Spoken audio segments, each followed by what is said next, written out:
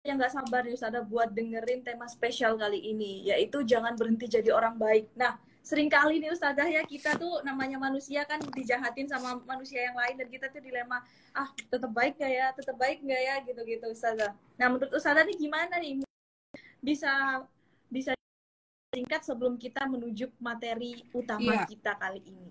enaknya memang kita nanti tanya jawab aja ya, sekaligus nanti teman-teman hubungi Persada Indonesia bagi yang mau umroh, mau haji, karena kah ya Iya, mendengar kabar untuk umroh dan haji kayaknya udah mulai deh. Jadi teman-teman nanti lihat aja di Ustazah. Persada Indonesia ya, di situ ada nomor teleponnya. Insya Allah nanti saya sekeluarga juga berangkat umroh bareng, insya Allah. Baik, untuk teman-teman semua membicarakan Insya Allah. mengenai jadi orang baik, masya Allah. Semua dari kita ingin ya jadi orang baik. Terkadang uh, ya, tapi terkadang Benar luar banget biasa Ustazah. juga tantangannya. Baik teman-teman sekalian, pertanyaan diajukan, kita ingin jadi orang baik, tapi ternyata ketika ada orang yang berbuat salah sama kita atau mencerca kita, sesuatu yang membuat kita sakit, bisa nggak ya kita jadi orang baik? Saya akan membacakan satu ayat teman-teman sekalian dalam surah Al-Furqan ayat ke-63 yang merupakan ciri dari ibadur rahman, hamba Allah yang beriman. Hamba Allah yang beriman ini dia punya karakter-karakter khusus teman-teman sekalian. Salah satu karakter khusus yang dia miliki, kita berkaca apakah kita punya nih karakter ini nih. Al-Furqan ayat ke-63 kalimatnya A'udzu billahi minasyaitonir rajim wa ibadur rahmanil ladzina yamshuna 'alal ardi hawnan wa idza khatabahumul jahiluna qalu salama. Sahabat-sahabat sekalian, adapun hamba-hamba Allah yang Maha Pengasih itu adalah mereka yang berjalan di muka bumi ini dengan dan apabila ada orang bodoh yang menyapa mereka, maka mereka membalas dengan perkataan salam atau perkataan yang baik. Ini terlihat ternyata hamba Allah yang beriman, hamba Allah yang baik itu adalah dia akan senantiasa memiliki karakter yang tawadu, yaitu karakter yang rendah hati. Maksudnya apa?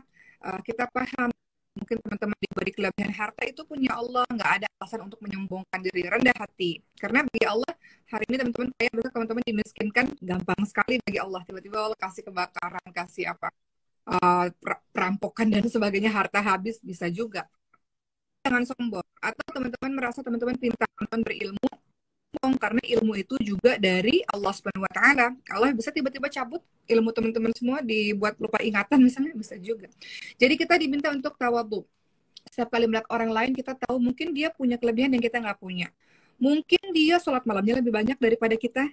Mungkin dia sedekahnya lebih banyak daripada kita. Kita nggak butuh Benar, misalnya penghafal Quran, tapi kita nggak tahu benar-benar. dia lebih ikhlas misalnya daripada kita. Atau kita misalnya, oh aku udah belajar berjilbab, atau aku sudah tahu agama banyak. Ya mungkin kamu tahu teori, tapi dia ahli ibadah yang luar biasa. Jadi senantiasa tawadhu itu membuat efeknya macam-macam, yaitu kita jadi husnuzon kepada banyak orang, kita menjadi memandang apa ya, setiap orang punya kelebihan sehingga nggak ada lagi sombong pada diri kita. Termasuk ciri orang yang baik dalam surah Al-Furqan 63 yang sudah dibacakan tadi adalah ketika ada orang jahil, orang yang bodoh, orang yang ngajak berantem, orang yang bikin kesel, orang yang bikin tersinggung, dia nggak terdampak apapun. Qalu salam yang serupa, melainkan ucapkan perkataan yang baik, ucapkan perkataan salam, ucapkan perkataan kedamaian kepada mereka. Itu yang disebut sebagai orang-orang. Nah, jadi positif ya, itu ada kalimat be positive always dari Bang Pan lagi nih yang gabung pada IGS kalian dari Aceh. Boleh tentang apapun, tema kita pada hari ini adalah menjadi orang baik. Teman-teman tahu nggak kalau jadi orang baik itu terpancar Jangan berhenti jadi orang ya, baik, jadi Ustazah. orang baik terpancar terlihat dari aura, wah aura ya, karena kebaikan itu pikiran yang baik, hati yang baik itu buat energi kita jadi positif. Jadi kita menyebarkan sesuatu juga apa ya, orang merasakan kita ini positif, kehadiran kita positif seperti itu. Jadi coba dengan bayangin kalau hati iri, dengki, dendam, marah itu juga akan terpancar dari apa, dari aura kita, apa dari penampilan kita atau dari pembawaan kita, dan itu membawa Kan orang-orang sering bilang ya, anak-anak sekarang tuh sering mengatakan positive vibes gitu ya. Apa positif banget nih kayaknya nih. Nah, itu pancaran Wah, bener-bener, bener-bener, bener. banget sih gitu kan. Nah, itu nggak bisa dibuat-buat itu.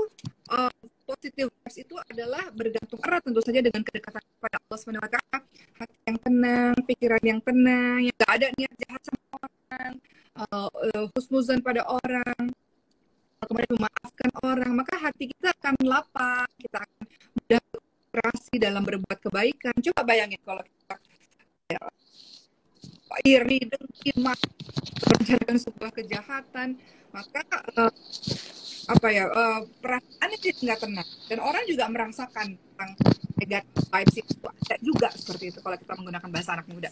Jadi kembali lagi, tadi kita bahas sedikit ya mengenai kalau menjadi orang baik, salah satunya dalam surah Al-Furqan ayat 3 adalah mereka yang berjalan di muka bumi dengan hati, dan kalau ada orang yang ganggu mereka akan mengucapkan qaulus salamah. Artinya sekarang ini zamannya sosmed, ada orang-orang yang bikin kita kesel di sosmed, teman-teman sekalian. Maka kalau sebagai jangan berhenti jadi baik, jangan pancing, jangan reaktif, jangan cepat bereaksi terhadap segala sesuatu, melakukan apa-apa pikir dulu apa dampaknya, seperti itu. Itulah kira-kira secara singkat mengenai jangan lelah untuk jadi orang baik. Dia nggak terdampak dengan hal-hal negatif di luar sana, dia akan fokus dalam kebaikan. Bagaimana dia berdoa ihdinas siratal mustaqim kepada Allah Subhanahu wa taala, dan insya Allah Allah akan tuntun kita untuk senantiasa buat baik, insya Allah. Seperti itu. Amin.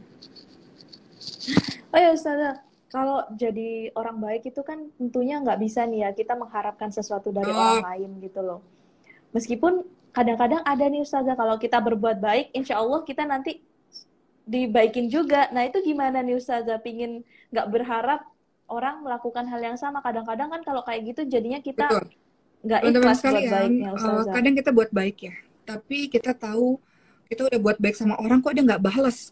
Kita udah kasih sedekah, nyekolahin dia, kacang luka kulit gitu ya.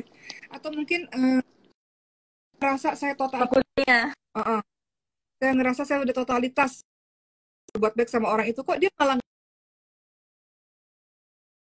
Sekalian kalau berharap dari manusia, kecewanya banyak. In ahsantum ahsantum li anfusikum. Kebaikan yang kita lakukan itu akan kembali untuk diri kita sendiri. In ahsantum ahsantum li anfusikum wa in asatum falaha. Kejahatan yang kita lakukan juga kembali kepada diri kita. Jadi kalau kita lagi buat baik sama orang lain, sesungguhnya kita sedang buat baik sama diri kita. Karena setiap kebaikan yang kita lakukan pasti akan kembali kepada diri kita. Sebagaimana Allah juga berfirman, "Faman ya'mal mithqala dzarratin khairan yarah." Kebaikan sebiji zarah Allah pasti balas. Jadi niatnya, basisnya adalah mengharapkan ridha Allah, nggak akan capek buat baik, nggak akan berhenti buat baik, karena itu menguntungkan diri kita sendiri. Sebaiknya kalau kita buat jahat, kita sedang aniaya dan kita sedang jahat pada diri kita sendiri. Karena dosa kita itu atau maksiat kita itu akan mencelakakan, akan kembali kepada diri kita. Begitu teman-teman sekalian. Ya, jadi kalau berharap kepada Allah Subhanahu wa taala, dia tidak akan lelah, dia tidak akan capek, dia akan terus bersemangat untuk melakukan kebaikan demi kebaikan. Seperti itu, apapun jenis kebaikan itu. Karena dia tahu kita nggak berharap pada manusia, tapi Allah Maha melihat, Allah nggak tidur, Allah Maha membalas setiap sebiji zarah, kata Allah. Sebiji zarah perbuatan yang kau lakukan, walaupun nggak dihargai orang lain, nggak dilihat orang lain, nggak dipuji orang lain, nggak diketahui orang lain, tenang, Allah Maha adil, Allah tetap ada, dan Allah akan balas kita semua kebaikan kita, insya Allah. Jadi dengan itu kita punya semangat untuk senantiasa buat baik. Dan teman-teman juga harus ingat bahwa tujuan kita diciptakan adalah untuk buat baik kan, untuk beribadah, untuk berbuat baik. Dalam surat Dzariyat ayat 56, wa ma khalaqtul jinna wal insa illa liya'budun, wa ma khalaqtul jinna wal insa illa liya'budun. Tidaklah aku menciptakan jin dan manusia kecuali untuk ibadah. Dalam kebaikan-kebaikan yang sesuai dengan tuntunan Allah Subhanahu wa taala dan Rasulullah, itu adalah bagian dari ibadah.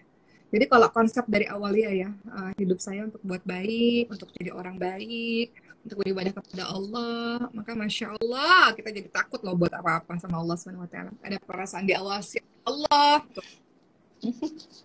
Benar. Seperti itu.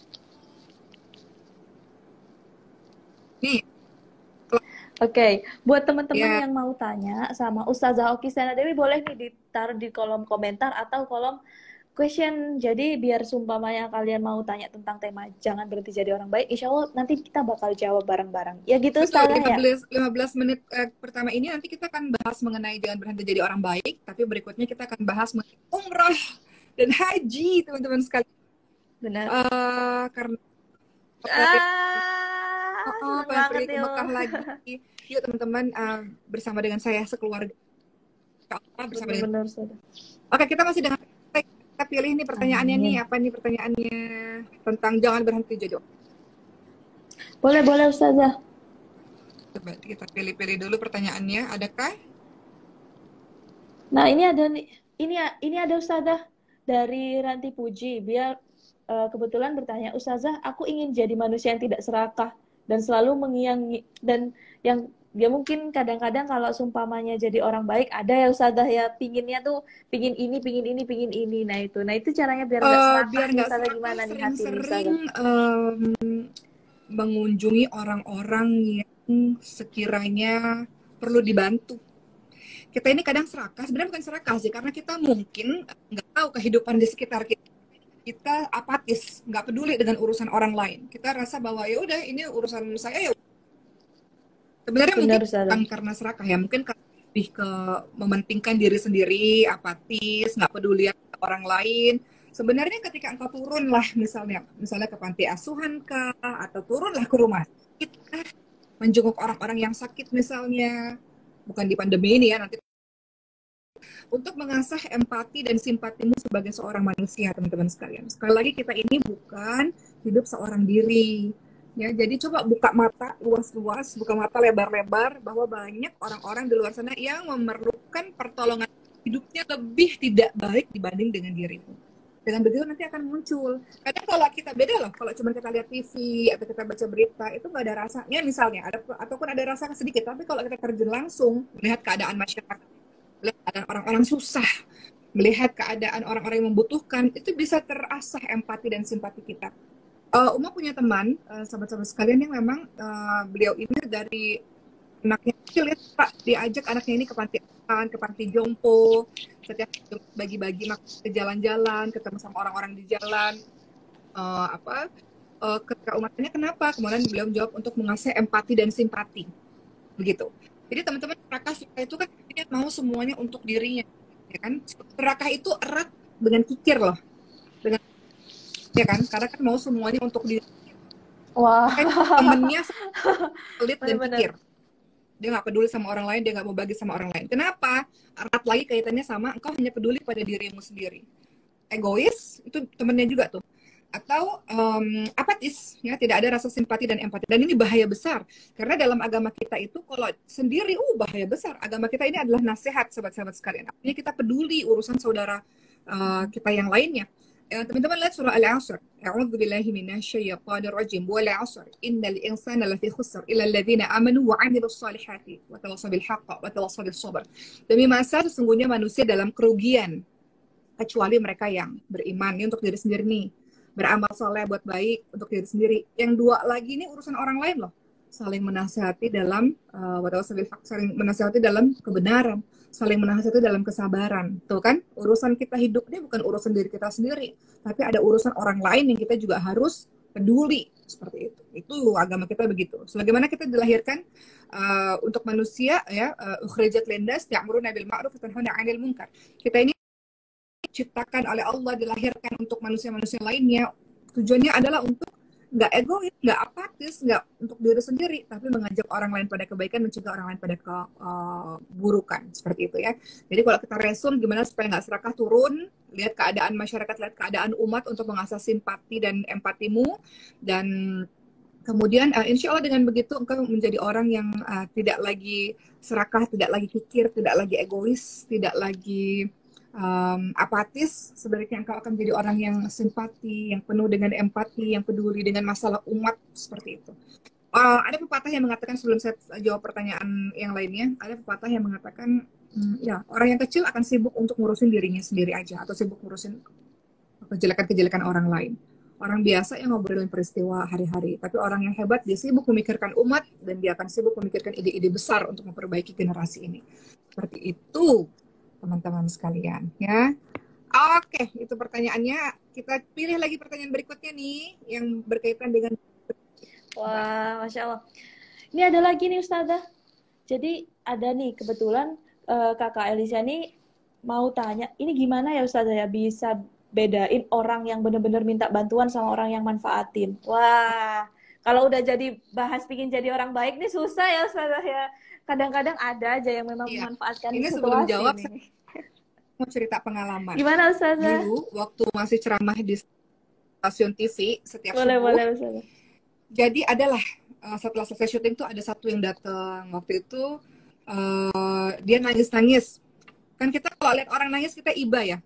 Iba gitu, nangis, Bu, saya hutang, Iya hutang benar saya Ustazah. dikejarin tenir dan sebagainya, sekian puluh juta. Itu Uma udah mau transfer tuh. Udah mau transfer tuh sekian puluh juta karena benar-benar ngerasa banget, kasian banget, dia tulus menangis dan sebagainya gitu. Untungnya itu belum ditransfer. Uma cuman kasih sekian lah, sekian ya. Kalau puluhan juta kan harus transfer ke rekening dia gitu kan. Ini Uma karena ya ada segitu, jadi Uma kasih lah sekian, sekian, sekian lah gitu. Ternyata besoknya ada lagi. Besoknya ada orang lagi bawa bayi. Ini bayinya kayak bayi merah baru lahir. Tapi mohon maaf, memang mungkin ada kelainan ya. Sehingga bayi itu dibawa, kan kita iba lagi ya. Ya Allah, ini kenapa lagi nih? Nangis-nangis lagi. Kemudian akhirnya Uma bilang, yuk Bu, saya ajak ke rumah sakit. Ini bayi masih merah, jangan ditaruh di tempat umum seperti ini. Kita bawa ke rumah sakit. Dianya nggak mau. Maunya uangnya aja. Terus Uma katakan, ayo Bu, naik ke mobil saya, kita bawa sama. Nah dari situ Uma udah mulai mikir, ini jangan-jangan ada kelompoknya nih. Ada kelompoknya sehingga setiap hari datang bergantian. Tingkatnya dikasih lah pada saat itu. Nah besoknya ada lagi, nggak pernah berhenti. Ternyata memang ada kelompoknya, memang mereka ini meminta-minta dengan berbagai macam cara. Intinya adalah teman-teman semua, yang selagi kita ada, kasihlah kasihlah, atau mungkin dalam obrolan itu kasih untuk dia bisa belajar. Atau kayak Uma punya teman ya, kalau misalnya orang minta-minta, justru dia memberikan sesuatu supaya orang itu bisa kerja sebagai modal misalnya.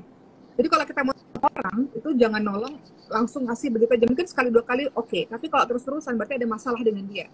Nah harus kita berikan kalau kita mau bantu dia. Apa itu? Ya itu modal usaha misalnya, suruh dia berusaha seperti itu. Karena banyak orang dengan berbagai macam cara, yaitu urusan dia.